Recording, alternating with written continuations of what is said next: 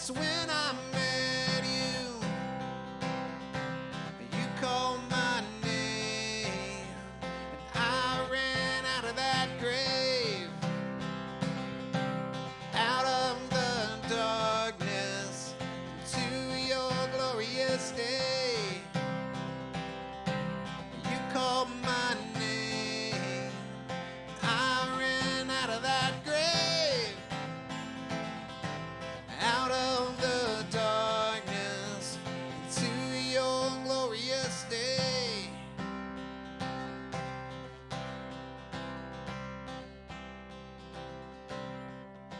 I needed a rescue, my sin was heavy. The chains break at the weight of your glory. I was an altar, I was an orphan. Now you called me a citizen of heaven.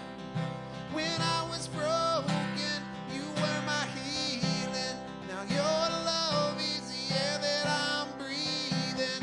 I have a future, my eyes are open, 'cause when you called my name, I ran out of that grave, out of the darkness to your glorious day. Out of my name, I ran out of that grave,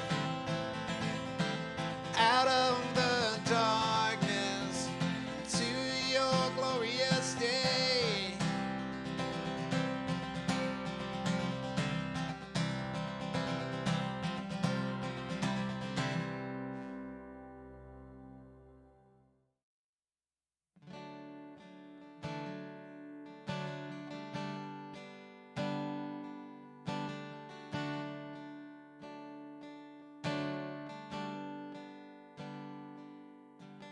There's a simplicity, humility to the way you love me, and honesty, purity.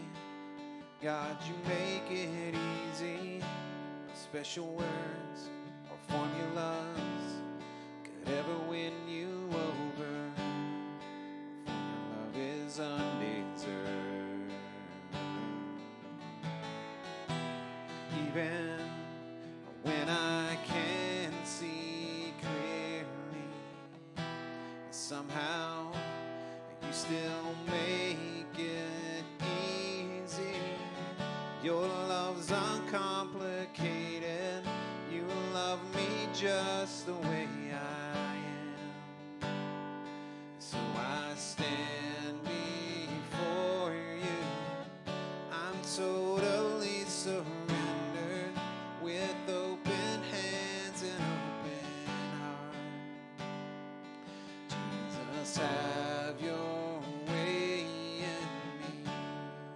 Ooh,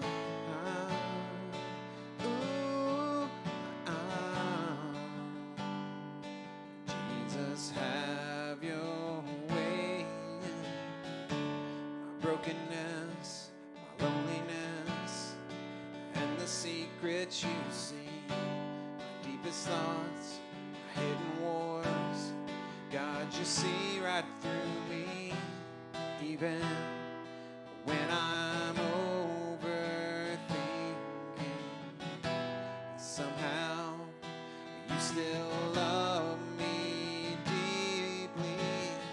Your love's uncomplicated. You love me just the way I am. So I stand before you.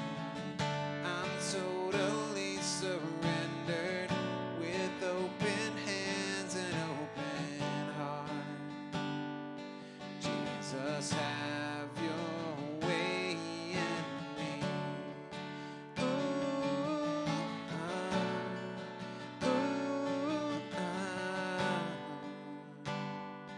Jesus, have your way in me.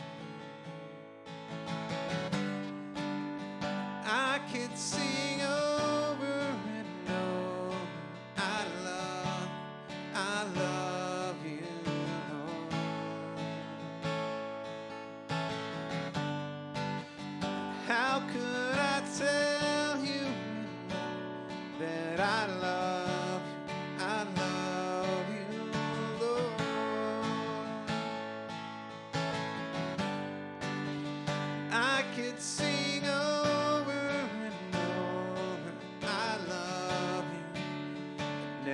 grows old.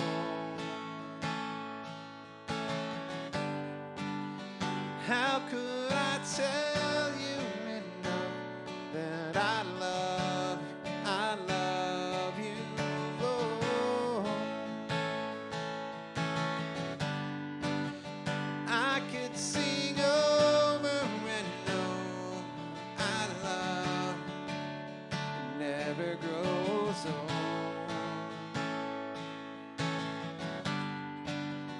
How could I tell you enough that I love you, Lord?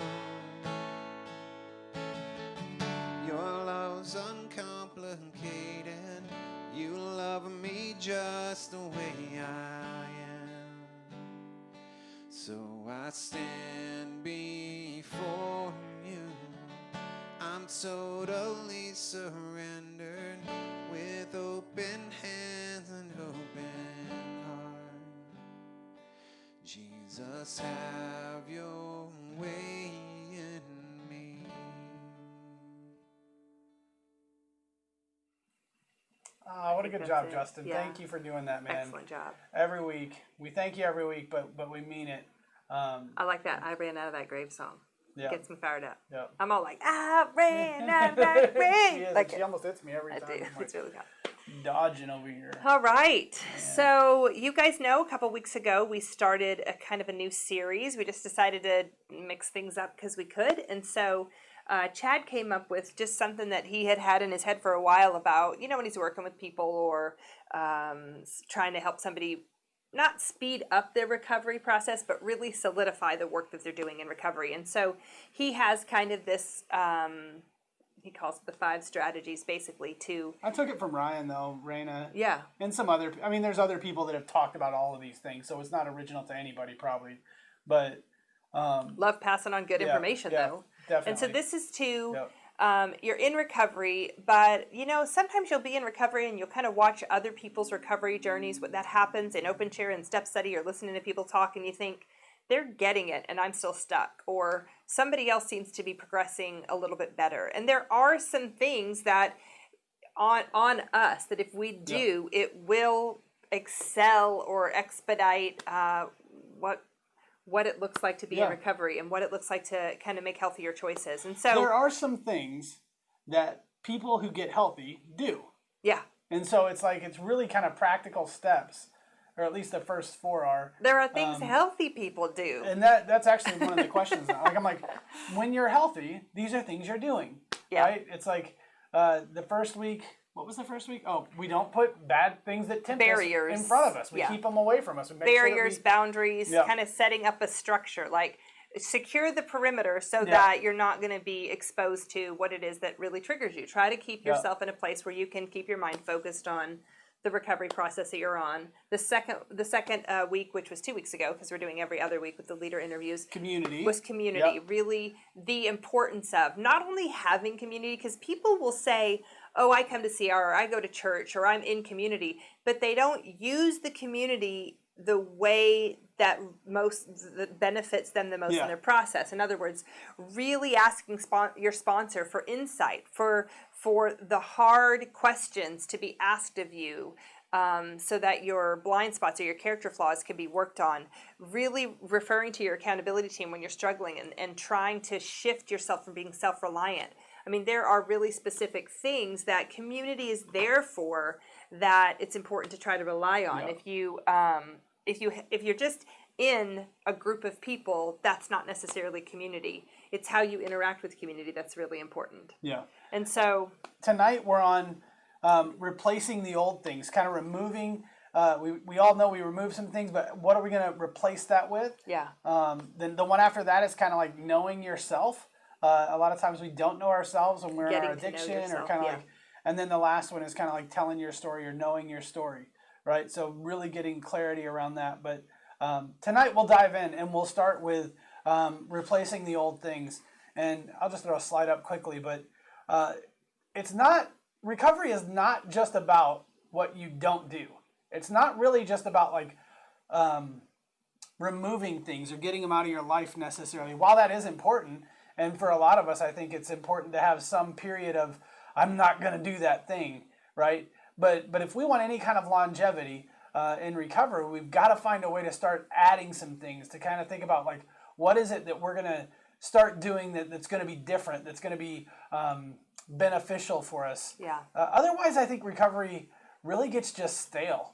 You know, it gets really kind of just boring. I think, you know when I'm talking to people, I talk about the fact that a lot of our coping strategies or the things we have leaned on do serve a purpose. I mean, it's kind of a sad truth, but it is. Some of the choices that we use to numb out or distract ourselves, or things that we do that are unhealthy that make us temporarily feel like they're beneficial or doing the thing that they need to do, we start to rely on those things. And if we just remove them and don't replace them with what's healthy or something different, then there can be this like void of what that thing was filling is not being filled, and the void's still there. And so that's the shift here in tonight's kind of talk or strategy. Is it's not only about going, this is an unhealthy behavior that I'm going to remove from my life, but now in the place where that unhealthy behavior took time and energy and resources, I'm going to put back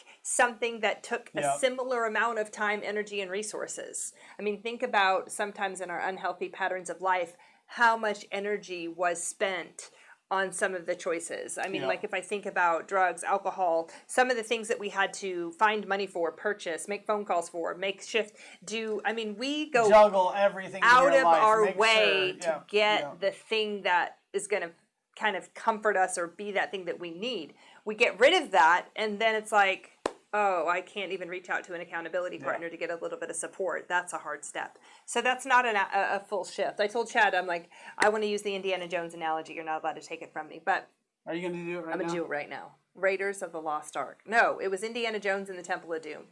Which one was it? I don't know. You didn't tell me what the analogy was. You just said. It's the one. It's the kind of typical Indiana Jones scene where there's this little gold statue on this thing, and he wants to take it away, but he has to eyeball it and be like, "Is this bag of sand going to replace it?" And so he even like weighs the bag and throws some sand out, and then on the count of 3 goes like. Poof. It still, triggers all kinds of like sinks in, poisonous and then the boulder darts, starts coming, and they run, and they die. Being chased out. Yeah. At any rate, that's then the idea. Then when he gets out, the Germans are there.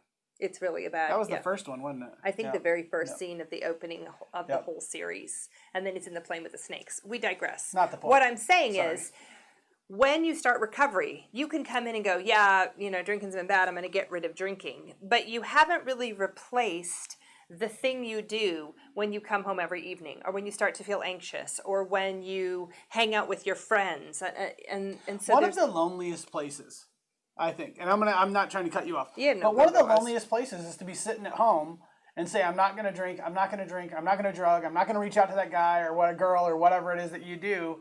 I'm not going to do that. I'm not going to do that. I'm not going to do that. How long can you say that until you do that? And I feel like that's sometimes what happens in recovery is we say, I'm not gonna, and we don't think about what we are gonna, what we will do, what we will replace, and what we will put back. Like even Indy had that bag of sand with him because he knew that he was going to come to the place where he was going to have to exchange something, right?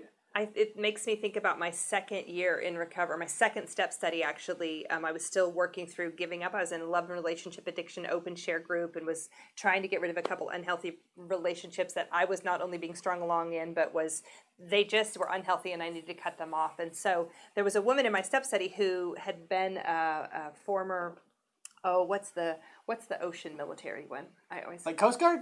Coast Guard. Yeah. No, is that it? Yeah. Yeah. Okay, Coast Guard maybe. That's whatever the ocean one is, I think that's it. And she knows how to boat and all the stuff. Ocean? Oh, you mean like a Marine or a Navy? Navy. She's in the Navy. She might have. Sorry. I thought you were looking for something more abstract. I apologize. No, it might have been the Coast Guard actually. At any rate, she had a sailboat and she said, "Hey, I am giving up something and I need help being sober, and it sounds like you have something to give up. What if we did this other thing?" And so for the entire summer, 3 or 4 times a week, we would meet on the lake and she taught me how to sail. And so this was the replacement. Like instead of this unhealthy relationship that was taking all my energy that I was looking for, I would look forward to her texting me, telling me when we were going to be on the lake. We would go. I was learning how to sail. I was learning the terms, which I have now failed me. I think I could figure it out. Which way starboard? No idea. No idea. I think backwards, maybe. I don't know. No. To the right, to the left, something like that. Something like that. You had it right. At any rate, it took up a lot of my time and energy, and I needed it to because my unhealthy choices took up a lot of my time and energy. And so that's what we're saying here is you can't just, it's not just what you stop doing. It's also what you have to choose to start doing. Yeah. So let's keep going. Exactly. Yeah. No, and there's a biblical kind of principle to, I think there's lots of biblical principle to this, as there are with most truths, right? But it just reminded me of this verse, and don't try to read all that, but it's basically the verse that, and it's Matthew 12, 43 through 45. We don't have to. I'll summarize a little bit. But basically it says if somebody gets rid of an evil spirit and cleans up their house and gets everything in order, right? If we clean all that up and get it in order, and then we don't replace it, we don't put anything else in its place, then there's a pretty high likelihood that that evil spirit will come back, or that evil thing will come back and bring more of its friends, like 7 friends or whatever, and you'll be worse off for even having quit. You know, that's one of the things that got frustrating for me with working at different rehabs and things or in different settings, because I was like, man, we get these people sober, we get them kind of clean for a little while, then they leave, and if they don't have a really strong, really firm recovery plan, if they're not really connected in, again, community, and if they don't have ideas of what they're going to do, what are they going to, they go home and they don't have all the structure that we provided, and then they fall right back into the community and the culture that they lived in, and they go right back, and lots of times people even are worse off after a rehab or after some of those scenarios. And I think it's because of that principle. I think it's because of that biblical principle that says, hey, you have to be intentional about replacing something. You can't just remove the evil from your life and think that you're going to somehow just be empty. I mean, that's not how we live. It reminds me also of, I know for me, and this is something that happens for Chad and I when we do this together, but it reminds me of dieting a little bit. Oh. You know, we go on these diet plans, we meaning Chad and I. I'll use I and me statements. I've gone on this diet plan and it's like rigid, rigid, rigid, rigid. And it maybe even that I get the results that I want, but then I want to go back to like taper it off and just eat normal. And I haven't made as intentional of an effort with the new plan as I did when the old structure was there. And so then I go off of it and think I can handle it. And before you know it, I've not only gained back the weight I lost, but probably then some more also, feeling discouraged. And so similar kind of thing. It's like we rely on these other things that take up energy, time, resources in our life. And it's important that we give just as much effort and intentionality to what is healthy and builds our life up and encourages us and gets us on the path to live in a healthier. Even when you said diet, this isn't a joke, this is serious. It's like, even when you say that, all I think about is the things I shouldn't eat. I don't think about like, oh, I look forward to grilled salmon or something. Like, I don't know. It's not like my brain goes, you say diet and I think all the bad things. I don't think the good things. And I think you're spot on, man, with the, it's like if I say, hey, I'm not going to don't eat carbs, don't eat sugar, don't. Whether it's a diet or recovery, if I say, hey, I'm not going to do that, I'm not going to do that, I'm not going to do that, eventually my brain really is, it's like I'm so focused on the thing that I don't want that eventually it's like, it's just this energy around it that I think stirs me. And I think most people to want to go do something that's not healthy for them. I think there is kind of like this natural will that we have. Like I joke a lot of times with Avery. I'll say don't do something and it's the very thing that she wants to do. Like I got to work on that reverse psychology stuff. But I think for us too, as soon as we say no you can't or no you shouldn't, there's this part of us that's like, I could do that. I can eat whatever I want and still be in shape. Watch me. I can do this on my own. I don't need your help. I can break up with this boyfriend and it'll be fine. I don't have to call him. I can have a couple of drinks and be fine. I mean, that I can manage this myself. I think there's this part of us that as soon as we try to limit ourselves, it's like, I want it. Watch me. My precious. Watch me. And then we fail. And then we fail and then it's like, okay, that's sadly when we realize. Well, and that's a good segue, but it's hard for a good reason. Yeah. Right? We're humans, and we live in this world that really is enticing in some ways. And we live in a country where we have a lot of access, and it's kind of like draws us to things.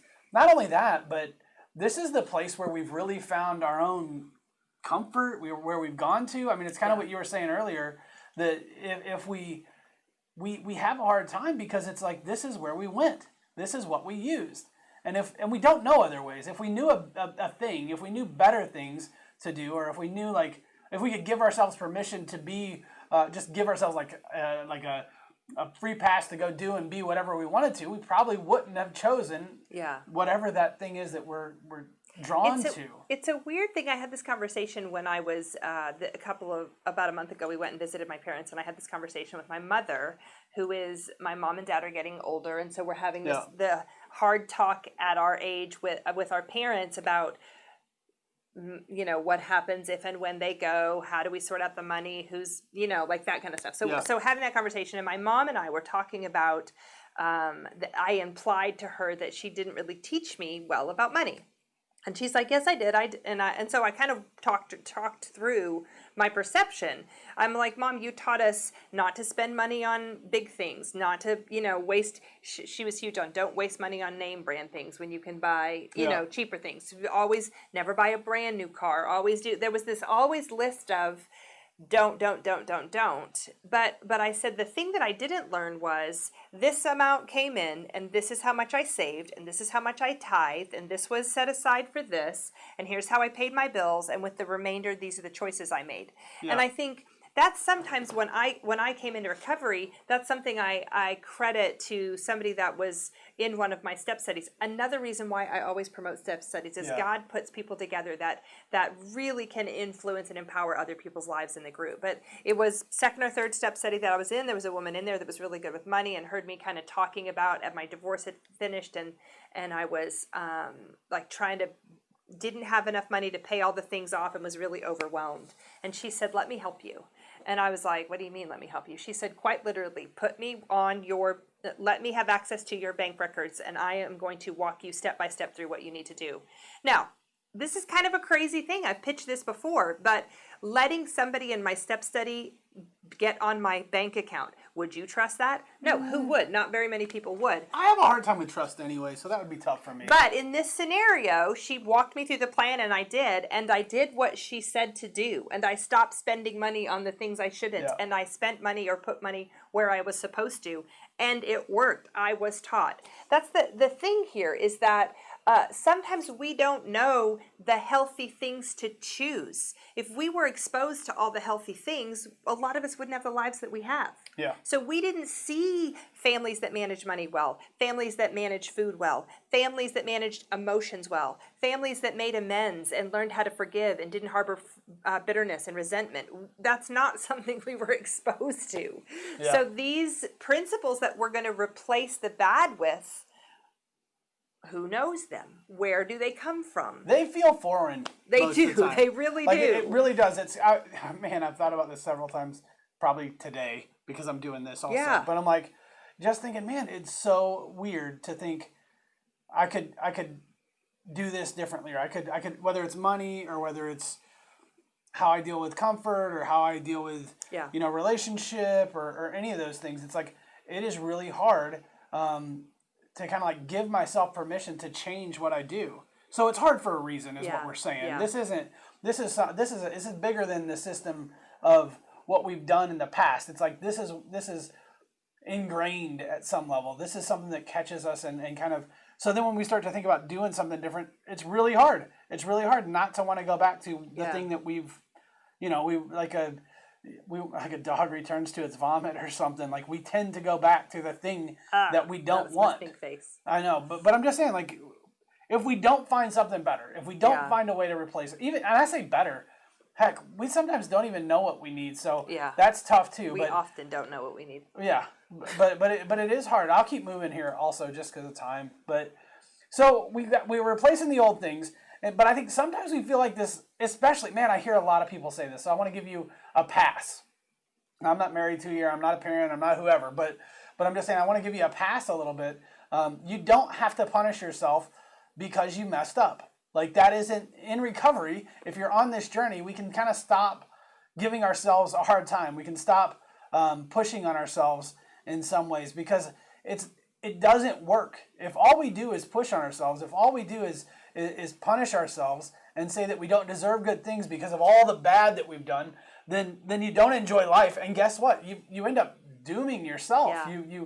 You kind of cause yourself to fall back into unhealthy patterns because it's the only place you really know to go get comfort. And especially if it's been something you've done that's secretive or in private, it's really hard to stop that because who knows about it until it's too late. That's why you find people hiding things and pills and liquor and all this stuff. Like people hide that stuff, relationships, and then they're back in it. Yeah, and they're back in this kind of negative cycle. So it's really a shame thing too. It's a I'm bad, I did bad things, and it keeps us from embracing the promises of God.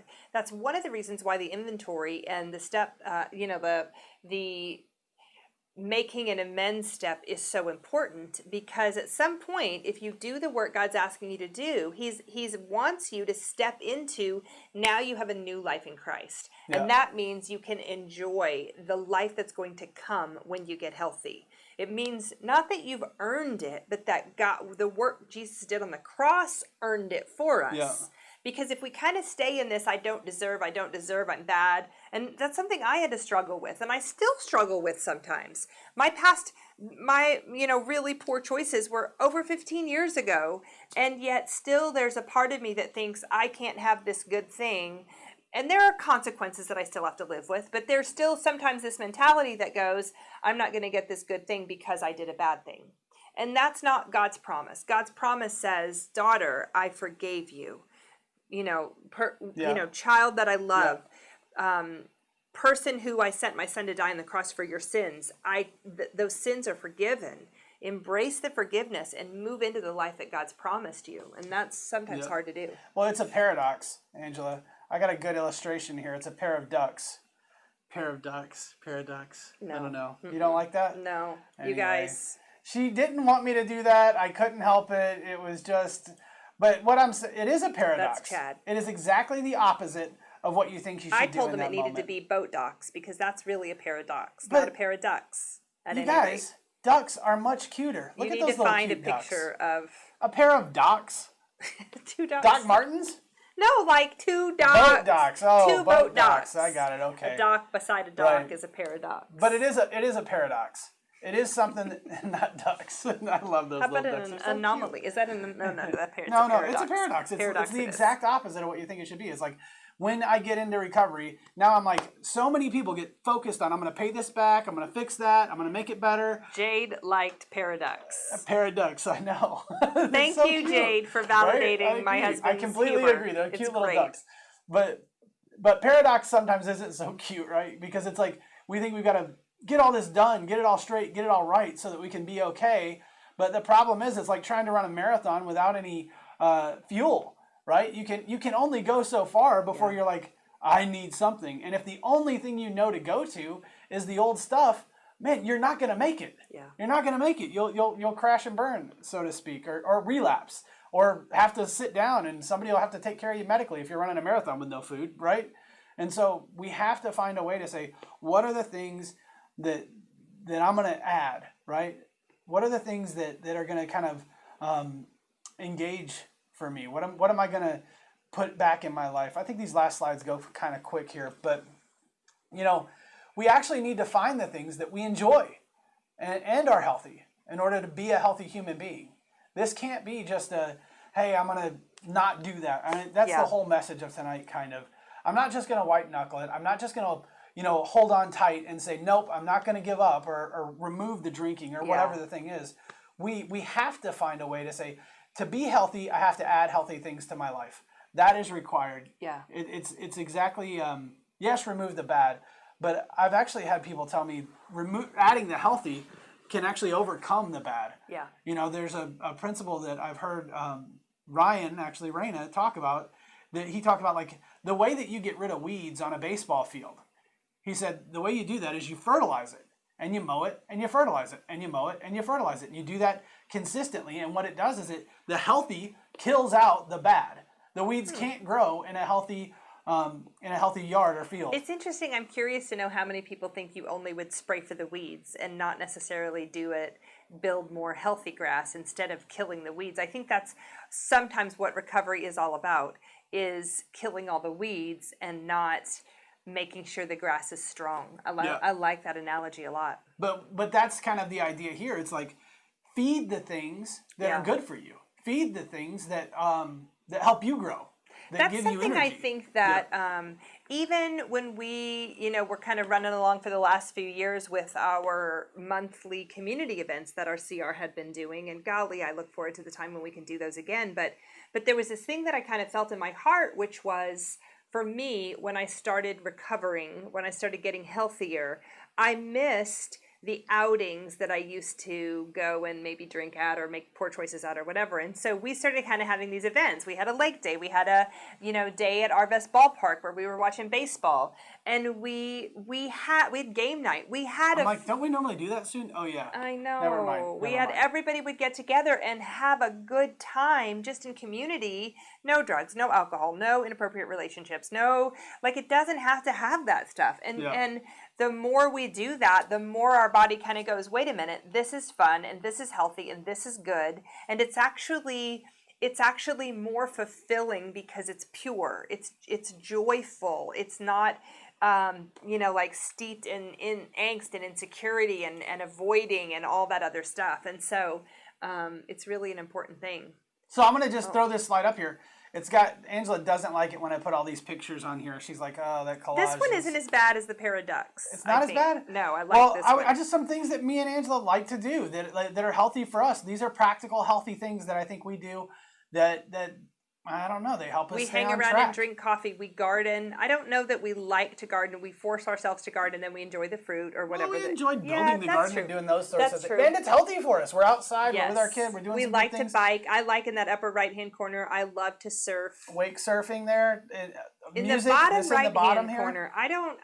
It looks like that guy's doing what is that called whenever he's going into the bar? The limbo. But actually, that's a house they're redoing. How low can you go? The other thing I was going to say about this slide is that if you're going to start adding healthy things to your life, I intentionally chose pictures where you couldn't really do that alone. The surfing thing, even the wake surfing, you're on a boat with people normally. Yeah. Somebody's got to be driving that boat. So if you're going to add something healthy to your life, if you're going to think, hey, I'm going to add this thing, or I'm going to be intentional about. That was a good slide, Chad. Did you like that? Yes, it was good. Thank you for being kind to me. Yes. That's interesting. I like to limbo, Justin says. Is that what it is? Like that? How low can you go? And you have to almost always need people to help you with that. That's Justin, a good thing. I think your wife could probably limbo on roller skates because she's really good roller skater. That kind of person. When I was in junior high at the roller skating rink, you would do that where you had to go underneath it. Yeah. Well, I wasn't very good at it. What were we talking about? No, choosing things that are fun for you. But I want to say with people. If you're going to add healthy things to your life, add healthy things to your life that engage your community, right? If we can overlap some of these basic principles to recovery, if we can kind of layer them in, and heck, I mean, CR is one of those things that I think we do that we enjoy. It made me think about my dad for just a second. My dad is 70, 71, and is starting to kind of have some early kind of losing his memory a little bit. And so the doctor said it's really important that he does things in community that he enjoys or consistent things. Well, he's been riding his bike regularly, and twice a week he goes and plays cards with his old man's group. It kind of is. They're a bunch of 70-year-old men that are playing some sort of game. I don't know what game they play. Yeah. But I think, and that is good for my father's brain. He's not even in recovery, but there is a concept to doing some consistent things that are healthy for you that you love to do. Why are you I was just reading what you said. You told me Justin said I like to limbo. He said you like to limbo with a question mark. Oh. And so then I'm like, oh, okay. No, I don't like the limbo. That was like a house project, but it looked like the guy was limboing in it. I don't know. Oh, he saw the picture, was questioning. It looked like a house project. It looked like limbo, but I did read that from It was a quick Google search. But it's important. And when we're thinking about recovery, man, I'm kind of circling back to contain that, because it's it is important that we engage with community, and it is important that we add healthy things, right? And so if there's ways that we can add healthy and incorporate community, man, that's a big win. That's a big win. What are some of the ways what are some of the things you guys like to do? Post in the comments some fun things that you like to do that have been healthy as you have been on your recovery journey. Maybe things that you had added to your life. I know redoing our house. Chad and I have a 130-year-old farmhouse. And over the 6 or 7 years we've lived here, we've done like a room at a time and renovated it. And we always like have this energy when we get started. And then at the end of the 3 months, we're like, no more projects for a while. And then we'll be like, we're ready for another project. It's like it does. Or something breaks and we have to do a project. Yeah. But I like the tangible change that I can see. You know, sometimes when we do emotional work with people, it's a slower progress and you don't get to kind of see it. But if I like paint a room, I can stand back and go, oh, I did this and the room's painted. That's a different color. Yeah. So here this is kind of my closing, and we'll kind of wrap this up a little bit. But really, here's a few questions that you could ask yourself if you're thinking about how do I go about this, right? I think it's a very worthwhile thing to say, especially if you've lived in a culture or in a way that wasn't healthy. I think it's worth asking the question, like, what do healthy people do? Yeah. How does that work, right? Because a lot of times I don't think we know. I don't think that we have any clue what it is that we're supposed to be doing or how to do it. I remember particularly sitting outside one day going, what would a healthy person do with their free time? If it's not drinking beer or whatever the thing is, what am I going to do with the rest of the day or with this evening or with my time? And so sometimes it's hard to ask that question. It's hard to go down that road. I just, in my mind, I'm like, they go and they work at food pantries and they, soup kitchens and feed the poor. And I'm like, wait a minute. Most of the healthy people I know don't do that. Healthy people actually self-care well and do things that nourish their souls. That's the part that I'm like, wait a minute, that's a healthy person. And that person is actually doing something that maybe I'm like, oh, that might be selfish. But it's not selfish. It is actually healthy to take good care of ourselves. Yeah. So I'm going to... Yeah, you guys have probably read those. But, good. But do I enjoy this? Might be a question. Do I feel good when I do it? Tell me why. Does it fit with the new me? Am I impressed by it? Like, you want to be challenged? Is that... No, because if you want to be challenged, but I'm like, oh gosh, that guy knows how to build homemade kites or something. I'm not knocking anybody that build, but if I'm not interested, if I'm not impressed by the thing, why am I going to do it? Do I like that? Is it interesting? Maybe I should say interested in it. Like, okay. It needs to be something that can capture you, that you can kind of dream about and have a vision about and have a future about, and something that's almost limitless. That's why I mean impressed. The Great British Baking Show, and then I'm like, I want to make a something tart, blah blah blah. I am impressed by what they can do. Well, and then what do you do with that?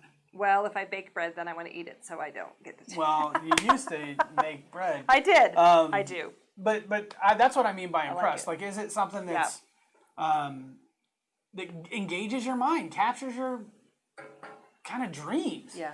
Right. We don't want to add something that's like, oh, I did one model. That's not going to be like an airplane model. Yeah, I mean, yeah. I'm sharing where. You guys, we should probably go to worship soon. We need to. Let's go to worship. Thanks for listening. Thanks for letting me share with you guys.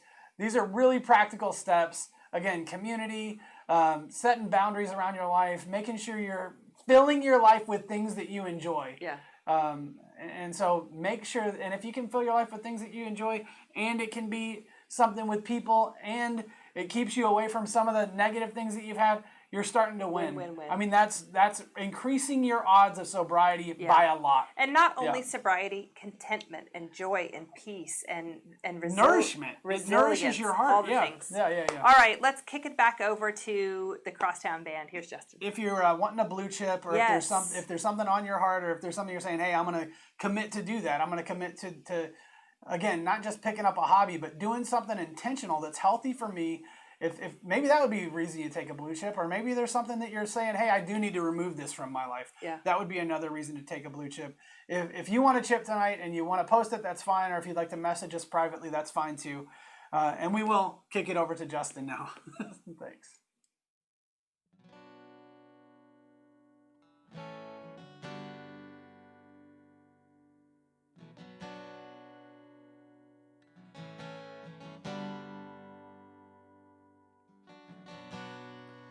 You're the resurrection that we've waited for. You buried the night, you came with the morning. You're the King of heaven, all the praise is yours. The longer the choir, the louder the chorus.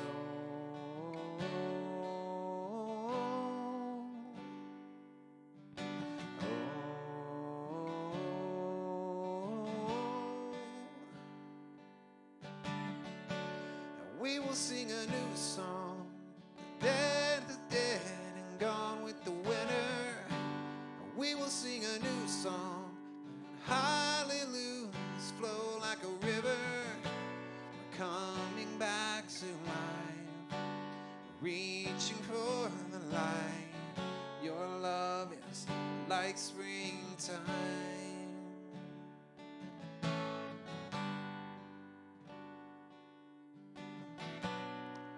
You're the living water. God, we thirst for you. The dry and the bare will flower and bloom. You're the sun that's shining. You restore my soul.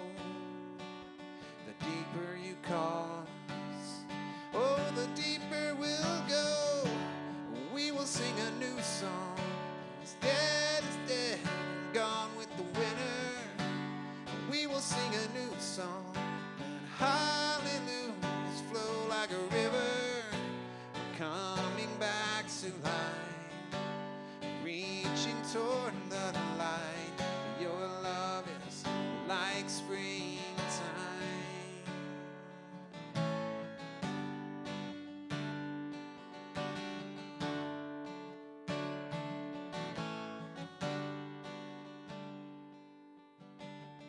Come tend the soil, come tend the soil of my soul.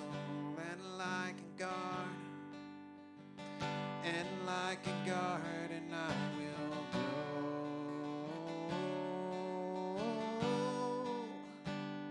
I will grow.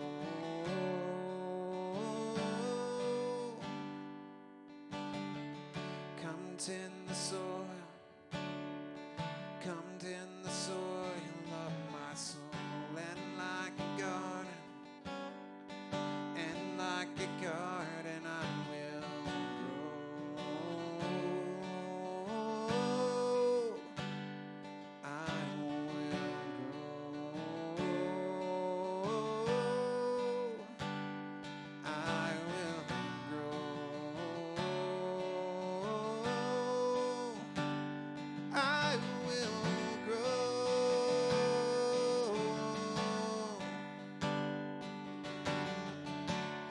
We will sing a new song. It's dead is dead and gone with the winner. We will sing a new song. And hallelujahs flow like a river. Coming back to life, reaching toward the light. Your love's like springtime.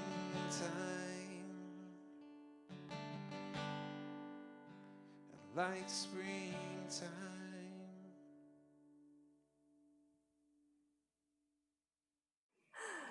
Thanks, Justin. We appreciate that, man. Sincerely. Man, you guys, it's always good to get together and do Sunday night and see you guys do all that you do. I'm laughing. Go ahead, Chad. Put it up. This is a paradox. One of our viewers sent that in. We thought we'd include it. I absolutely love the interaction that we have on Sundays with you guys, and every now and then one of you will text us. I'll leave it up there for a while. You can take it down now. Why? Oh, I really like that picture. It's a good try to picture. get back in Oh here. my goodness. You're not supposed to touch and see our. This is not safe, you guys. Oh, Anyway. thank you for sending that. That's it awesome. just makes us laugh, Appreciate it. and we just enjoy the input and the camaraderie we get from you guys. All right, let's kick it over. We have a new face tonight. I mean, not really a new face, but like new for Sundays at 6. We're trying to roll through all of our people so everybody gets to see all the faces. We're going to throw it over to the Serenity Prayer with a friend from across. Please town. Read it. Here it goes. Hey guys, I'm a grateful believer in Jesus Christ.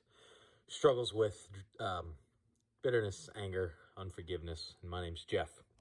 If you wouldn't mind joining me for the Serenity Prayer. God, grant me the serenity to accept the things I cannot change, the courage to change the things I can, and the wisdom to know the difference. Living one day at a time, enjoying one moment at a time, accepting hardship as a pathway to peace, taking as Jesus did this sinful world as it is, not as I would have it, trusting that you will make all things right if I surrender to your will, so that I may be reasonably happy in this life and supremely happy with you forever in the next. Amen. Thanks so much, Jeff. Great job, man. Appreciate you. Yeah. I'll probably put, I got a couple more and I'm going to put another mashup together. That's awesome. I like it. Thank you so much, That's you guys. We That's do it mean for it. tonight. We appreciate. Oh, I started recording late, so it was like the first worship song. If you are sharing this with somebody, you can tell them I'm sorry. I should probably throw that in right now. But yeah, you guys, we appreciate you. I appreciate you being here. It does mean something to see people watching and to get the comments. And the interaction's great. It engages us and it helps us, and we just want to say thanks to you guys. So if there's something that you need, or if there's something we can do for you, reach out. Don't be alone. Don't isolate.